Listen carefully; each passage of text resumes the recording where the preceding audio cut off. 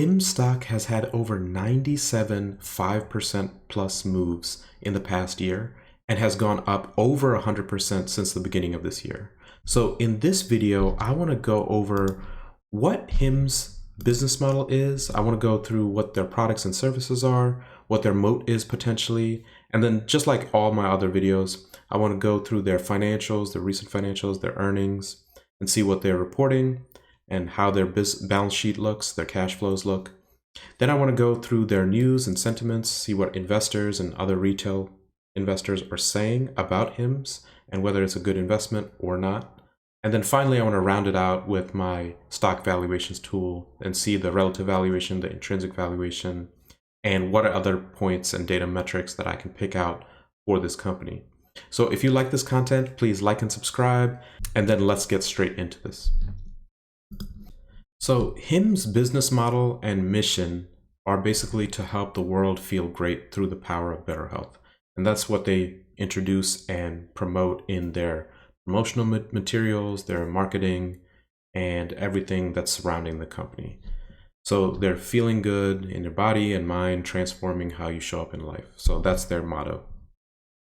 And so they offer personalized solutions. Their platforms democratize access to high quality personalized solutions and service quality levels by leveraging technology to deliver a frictionless experience. They're really pushing technology. They're really pushing a personalized approach to customer care.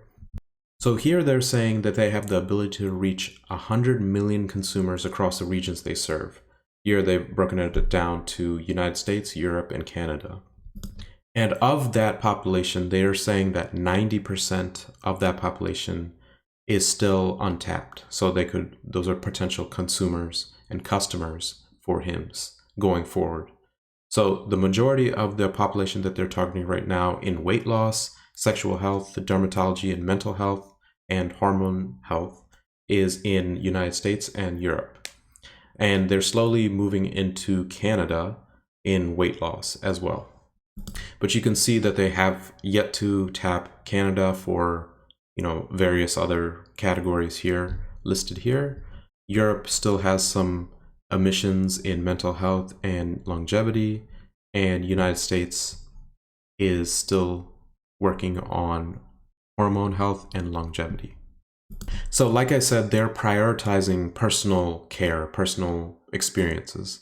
So they're saying platform has evolved to reach a broader audience by delivering exceptional service and offering access to very data-driven personalized access plans. So they're saying 60% of the subscribers that they have are subscribed to a personalized treatment plan. And this is important because that may lead to customer retention. Customers are likely not to move to another competitor if they have a personalized plan, personalized data, personalized service with a particular company. I know that I do not move to another company when I have a great customer experience. So their strategy is laid out here, and they're basically trying to create a customer flywheel.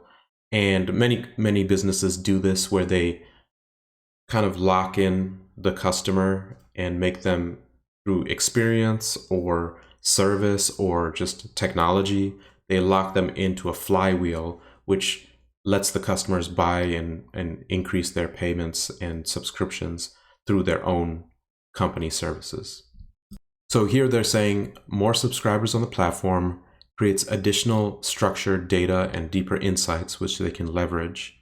And then they make those into more data-driven personalized solutions and services, probably using AI. And then they're driving higher quality outcomes, which leads to more subscribers. So this is their flywheel, customer flywheel, and this is how they scale their business and customer base. They also have a variety of technology platforms, and that provides customers with convenient and rapid access to personalized care. So here they're saying they have a proprietary EMR, which is helping doctors mitigate administrative burden for providers, consumer tools, weight tracking, habit tracking, things like that to help consumers from home without having to go anywhere. They have operational tools, elevating customer experience and operational efficiency. And then they have MedMatch, which provides recommendations for consumers based on the data. So because they have this personalized data, they can drive, solutions using that data. So you can see some of their differentiated things here. They have hard mints and then hair gummies. They have oral weight loss and injectable weight loss. So they're differentiating in the same category. They're giving different variations, which helps reach a broader audience, because one person may not like an injection, but they want to eat something to do the same thing. They are also increasing the breadth of their weight loss offerings, which is very popular. So they have liraglutide, oral weight loss pills, and personalized semaglutide dosage. So they're saying that they're expanding this offerings, and it helps a variety of subscriber profiles. Another important piece of their business model is their fulfillment operations. So they're saying they're 90% plus fulfillment through their affiliated facilities. Something that investors need to look out for, and that is how much hard, and that is how many factories and locations that they have, because that is a heavy overburden on their business model. If this was a SaaS company, purely a SaaS company, or purely a telehealth company, they wouldn't have nearly as much overhead with these physical locations as they do. So finally, let's look at what their guidance is for the long term. So they've added a slide here for their long-term vision, and they're saying that 2030 revenue is going to be at least $6.5 billion, and 2030 adjusted EBITDA of at least $1.3 billion. Now, if we go to the stock valuation tool, you can see that the market cap of HIMS is $13 billion. So they're anticipating that their revenue is going to be 50% roughly of their total market cap right now in 2030. And their adjusted EBITDA is going to be $1.3 billion. So we'll have to see if this shakes out, but that's what they're guiding for. Let's look at their financial highlights, what they're pointing out before we get into the actual 10Q and see what they're reporting. So here reported $545 million for Q2 2025, and that is growth of 73% year over year, which is a phenomenal amount of growth in revenue. And then they're saying net income came in at $43 million, which is 220% year over year growth. And this kind of explains why the stock is up over 100% since the start of this year. With this type of growth rate, that's almost a given that they're going to grow that much in the stock price as well. Adjusted EBITDA came in at $82 million, which is 109% year over year change. Amazing growth. And this adjusted EBITDA is $82 million, and they were saying that in 2030 they're going to see $1.3 billion in adjusted EBITDA, which is a huge increase from here in just less than 5 years. Operating cash flow, here there are some problems here. So operating cash flow, negative $19 million. Free cash flow, negative $69 million. Subscribers growth was 31%, which is really good. Monthly online revenue per average subscriber came in at $74, which is a 30% increase year over year. So to wrap up, in a nutshell, what they're basically doing in capital investments is facility and capacity expansion. So they're going to build more facilities to do fulfillment and build more products and create more products. International expansion. They want to grow in the Canadian and European markets. They want rapid scaling of data intelligence. So they're going to increase their R&D spend in efforts in peptide facilities, and the acceleration in lab diagnostic distributions. Acceleration of new specialties. This is going to lead to more spend in R&D and more form factors and multi-condition treatments, so they can reach more customers, get a broader customer base, and push more customers into that customer flywheel that we talked about earlier. Now let's move into the actual 10Q and the financials and break that down and see what we're looking at. So here I've pulled up their comprehensive income statement. And so the 3 months ended June 30th, which was their last earnings report. They reported $544.8 million of revenue. And this is versus $315.6 million of revenue in 2024, which is a huge increase year over year. We saw those growth rates in the key financial highlights before. Cost of revenue was 128.6 million versus 59 million. So a big increase there, but it was worth it for that big increase in revenue. Gross profit, 416 million versus 256.6 million. Operating expenses have been broken down here, but total operating expenses was 389.4 million versus 245 million. So big increase there, goes along with this revenue increase. And the major things in the operating expenses that increased were the marketing. So they're spending a lot on ads and pushing out the name of HIMS and HERS. Technology and development went up, almost doubled. So that went up a lot. But in nominal dollars, that was relatively small. General administrative went up about $27 million. Income from operations, 26.7 million versus 11 million. Amazing growth there. And net income came in at 42.5 million versus 13.3 million, which is a huge increase in net income. EPS came in at 17 cents versus 6 cents the year prior. So amazing growth here. I did see a lot of increase in the expenses, but you're also seeing a lot of increase in the revenues, the net income, and the comprehensive net income. So moving to consolidated balance sheet, you can see the cash and cash equivalents are now $1.12 billion versus $220.5 million in December 31st, 2024. This is a massive increase, and that shows you how much growth that they have had in the past, just 6-8 months. Now, their total current assets is 1.355 billion versus 395.8 million, which is a huge increase.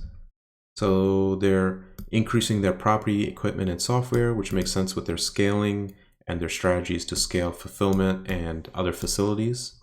Their total assets now sit at $1.877 billion versus $707.5 million from December 31st, 2024. Current liabilities, total current liabilities is $272.2 million versus $221 million. Total liabilities of $1.314 billion. They definitely have more total assets versus total liabilities. And finally, their total liabilities and stockholder equity is equivalent to their total assets. Finally, let's move on to the statement of cash flows. Here, they're reporting net income as $91.99 million for 2025, 6 months ended June 30th, 2025. And that's versus $24.425 million in 2024. They are seeing a big increase in their inventory change. So they're spending more on inventory. They're spending more on prepaid expenses and other current assets. Deferred revenue has increased. And net cash provided by operating activities came in at 90 million versus 80 million a year ago. And here, cash and cash equivalents at the end of the period was $1.12 billion versus $130 million. Let's go through some news and sentiments around HIMS. HIMS has been in the news recently because they got an FDA letter suggesting that they were showing misleading or false claims around their compounded semaglutide product. And so basically they said that the company's marketing implies that its weight loss products are equivalent to FDA-approved drugs like Ozempic and Wegovy, which they're not. And the agency highlighted that compounded drug products are not approved by the FDA and stated that HIMS and HERS claims violate the Federal Food, Drug, and Cosmetic Act. Regulators gave the company 15 working days to outline the steps they will take to address the violations. The FDA warned that failure to do so could result in legal action, including seizure and injunction, creating significant regulatory risk for the company. The stock market overreacted to this news, and there was a big price drop when this news was reported. And the way I view this is that is one piece of their company. That's not their entire company. So they do have other products, other services. They're a telehealth company. So they have various platforms that we saw. They have various, verticals in each of those categories that they mentioned in their presentations. So they have other forms of revenue and products that they can get. It is troubling if they are unable to address these claims and things like that. So that is a thing that investors should look out for before investing in this company. But I'm just saying that they have they have a very diverse array of revenue generating things. Now, here's another article suggesting that HIMS is undervalued. And this article, to be fair, came out before the FDA regulatory letter came out. And they are expanding in Europe, and they have a lot of scaling opportunities ahead for their company. And with this insane growth rate, they're still undervalued based on analyst expectations and targets. They're still undervalued. However, it must be considered that they have a current growth rate of 88% year over year. If we consider a 1 year growth of 50%, we arrive at a future PS ratio of only 3.53x. They did say, like we saw before with their company guidance, that they are trying to get a sales target of at least $6.5 billion in revenue by 2030, which results in a CAGR rate of 27.6% from 2024, and thus a PS ratio of 1.57 in 2030. So this author of this article has noted that they've taken their expectations, the guidance that management has set, and back calculated the CAGR rate from 2024 to 2030 and gotten 27.6%. And that is a very good CAGR rate for a company over 5-6 years. So if you have a CAGR rate of 26% roughly, you will double your investment in 3 years. That's how the math works out. So CAGR rate is very important and critical to look at for investors. And I will have a whole segment on CAGR rates and how to calculate them and what they mean and why they're important for investors in a separate video. But that's a very good CAGR rate for this company, if those expectations and guidance come true. Since we got into the valuation a little bit with this article, let's go straight into the valuation as the last piece of this puzzle and go into the stock valuation tool. So here I pulled up HIMS in my stock valuation tool. You can see they're trading down a little bit today, but their PE ratio right now is 73.19. Their EPS, 12-month EPS, trailing 12-month EPS is 79 cents per share. Their shares outstanding, 217 million. Their forward PE ratio is 81.3. So there's going to be acceleration in the PE ratio. And 1 year price target of $47 for the consensus estimates from analysts. So the first thing I have here is valuation. And analysts are expecting for full year 2025 a 58.5% revenue growth and a 19.4% revenue growth for 2026. And without changing that number, that 19.4 in 2027, 2028, 2029, you get a discounted cash flow fair value of $61.15 for the fair value in a 2-stage DCF model. So that's only about an 8.1% discount to the current price, which is not really exciting for this type of growth that you're seeing in the revenue, the net income right now for this company. So let's move down to the multiple of earnings valuation. And the multiple of earnings valuation is basically a projection over the next 5 years, and it tells you the price of the stock, potential price of the stock, each of those years based on the PE ratios and the multiples given to it. So here you're seeing net income growth at 117.6% roughly. You're seeing a 29.3% in net income growth for 2026 based on the analyst expectations. And so if I don't change the net income growth for 2027, 2028, 2029, which it will change, I'm getting multiple of earnings valuations for 56.7 currently, 56.58 for 2026, 76.21, 98.54, 127.4 for 2029. So this will change. So most likely this will go down over time. No company can sustain high growth or even steady growth over multiple years. So if I just put 27, 25, and 23 in the subsequent years, you can see how that changes the multiple of earnings valuation. So the PE, let's say, drops instead of accelerates, and you'll see a more inline type of valuation for this company. These are just examples. I'm just using what I know about valuations and how they track down over time for the PE with the net income growth, for revenue growth. They should trend down in a maturing company that's profitable.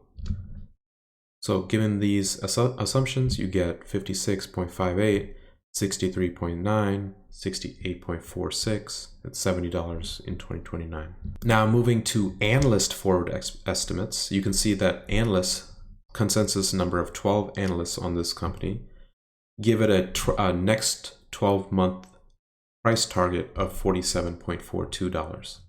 That is, given the current price, that's 16% overvalued at the current price. Given the historical price to earnings ratios, we can look at trends in the price to earnings, the price to sales, price to book, the EV to revenue, and EV to EBITDA. So here, since it's a profitable company at the moment, you can use the correct metric to use, a relative metric to use is the price to earnings.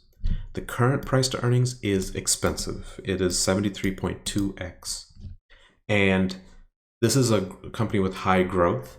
So it is expected that it's going to have a high price to earnings ratio. But the thing is, a lot of companies are not going to be able to sustain high growth indefinitely into the future. Current price to sales is 6.5. The current price to book is 23.2x, which is extremely expensive. But like this article I read, that price to book, price to sales may come down based on high growth in the short term in the next few quarters. If they're able to sustain that high growth, these numbers could go down. And you can see that the price to earnings have been elevated for some time, relative highs of 127 and come down to 30s for their price to earnings. So this is elevated, but it's not the highest that it's ever been. And finally, let's go through some of their performance metrics and look at those. So here I have a chart for earnings and revenue growth forecasts. You can see the past versus the future analyst forecasts.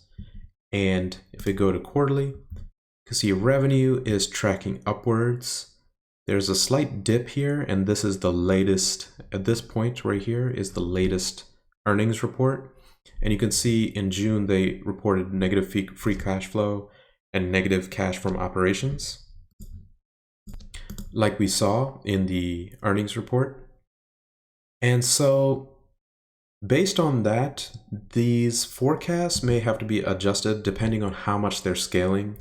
So these might be misleading.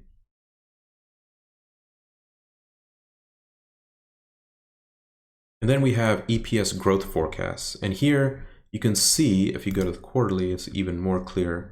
You can see here I have the green line as the actual EPS that was reported. The blue line is the estimated EPS, analyst estimates. And this Ichimoku cloud basically on the line is basically the variance in the analyst estimates, which is really helpful because if you have a large cloud there along the blue line, indicate divergence in the analyst expectations. So it may have large variance in what people believe and what the stock may actually do, what the EPS may actually do going forward. But here you can see it's pretty tight all the way up to, the future, where the future variance will be large because obviously there's a lot of unknowns in the future forecasts. And finally, I put in a revenue and expenses breakdown. And here it's really cool because you can look at the data streams and how the revenue streams are broken down visually. So it goes down into gross profits and cost of sales, and you can change. I'm still working on the styling, but you can change the time frame of what year you're looking at to see how the breakdown changes over time. And I think this visual representation is really helpful in seeing where they're spending their money.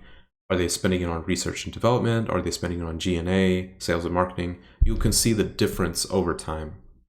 So what am I doing with this company? Am I buying? Am I selling? Am I holding? I currently do not own any shares of HIMS in my public account. And based on the high relative valuations and the fair value being discounted cash flow fair value being so close to the actual price, I think there's better opportunities in the market for bigger returns. So I'm not going to be investing in this company. I'm also concerned about this FDA letter and some of the claims and violations that it may potentially face, regulatory issues that it may face going forward. So I'm not going to be investing in this company until some of these are resolved. I love the growth of the company. I love the revenue and net income growth, and I'm seeing great growth in this company. I do think that is not sustainable over the long term. This will come down at some point, and it's going to be comparing itself, comps, year over year and quarter over quarter, which it can't beat. So for those reasons, I'm not going to be investing in this company. And that's it, guys. That's my take on HIMS. If you like this content, please like and subscribe. If you have other companies that you want me to review and analyze, please leave the comments below in the comments section. And I'll see you guys in the next one.